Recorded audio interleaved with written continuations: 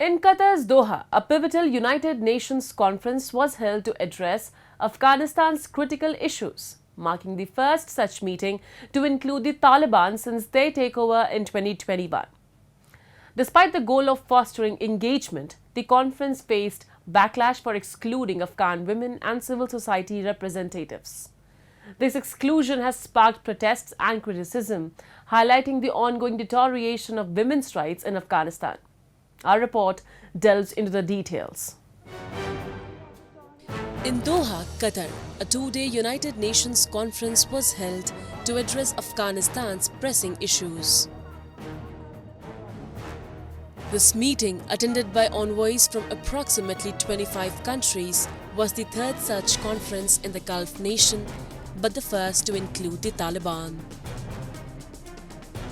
Since taking power in August 2021, following the withdrawal of US-led forces after 2 decades of conflict, the Taliban has not been internationally recognized. The purpose of this meeting was to foster engagement with the Taliban without implying recognition of their government.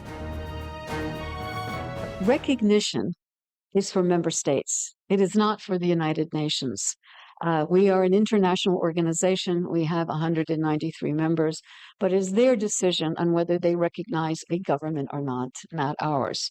What we are doing is facilitating the interest of quite a number of countries in the international community who feel that engagement with Afghanistan, principled engagement, will be to the benefit of the Afghan people, its neighbors, and the international community. In May 2023, the Taliban declined to join the first Doha-hosted meeting, citing unmet demands, including the recognition of its emirate and assurances against criticism of its governance. By the second meeting in February this year, the Taliban claimed their invitation was sent too late, while the UN's chief, Antonio Guterres, pointed out the group's unacceptable conditions, such as excluding Afghan civil society members from the talks. This recent meeting aimed to advance international engagement on Afghanistan and engage the Taliban in discussions on improving the lives of millions of Afghans, particularly concerning women's rights, which have deteriorated since the Taliban returned to power. Running through all the discussions was the deep international concern from special envoys and from me about the ongoing and serious restrictions on women and girls. Afghanistan cannot return to the international fold or fully develop economically and socially if it is deprived of the contributions and potential of half its population. We also discussed the need for more inclusive governance and respect for the rights of minorities.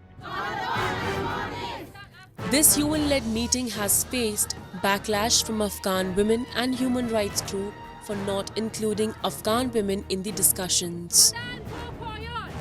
Women from Afghanistan protested and voiced their criticism of this exclusion. UN officials conceded to the Taliban's terms to ensure their participation, which included excluding civil society representation. The agenda also omitted discussions on women's rights, a critical issue for meaningful international engagement with the extremist group. This decision by the United Nations to hold the Doha 3 meeting without an agenda item on human rights or women's rights and without Afghan women being invited as participants is a shocking decision, and it's one that will have major and long-term harmful effects. Obviously, it will affect the credibility of the United Nations on Afghanistan, the relationship between the United Nations and Afghan civil society, but it will have global implications as well. Security Council Resolution 1325, which is the resolution that says that women have a right to be full participants in all important discussions about their country's future, has been around for 25 years. It's a foundation of the international approach to women's rights. It's fundamental. You know, if women aren't at the table, then they can't protect all of their other rights. And we have always looked to the UN to uphold Resolution 1325. The UN's performance in doing that has been very imperfect, but this is really a new low and a bit of an existential crisis. Since taking power in August 2021, the Taliban has reversed the progress made over the past 2 decades regarding women's rights in the country.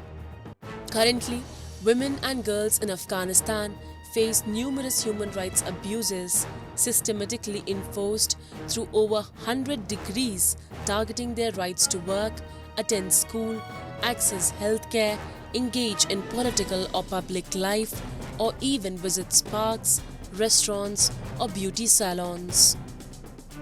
Afghanistan is the only country to institutionalize such policies. Women have effectively become prisoners in their own homes, with male relatives acting as their jailers. This has resulted in a widespread mental health crisis and a humanitarian emergency. Afghanistan's economy is in free fall, and levels of poverty and food insecurity are skyrocketing as half the population is barred from contributing their skills and labor to the country's recovery.